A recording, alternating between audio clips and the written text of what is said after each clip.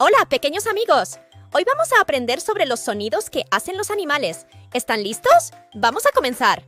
Aquí está el perro.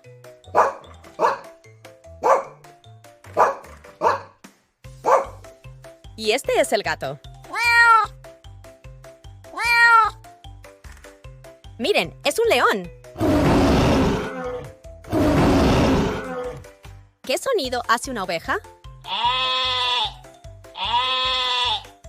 ¡Aquí está la vaca! ¡Es un gallo!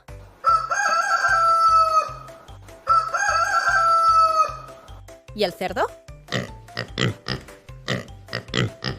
¡Miren al pollito! ¡Aquí está el lobo!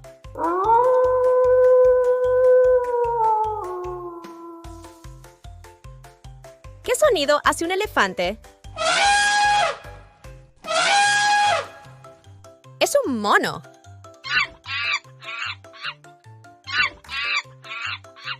Aquí está el caballo.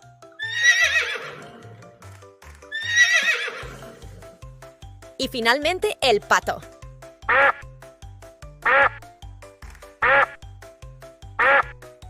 ¡Genial, chicos y chicas! Ahora conocen los sonidos de muchos animales. No olviden practicar y seguir aprendiendo juntos. ¡Nos vemos en el próximo video!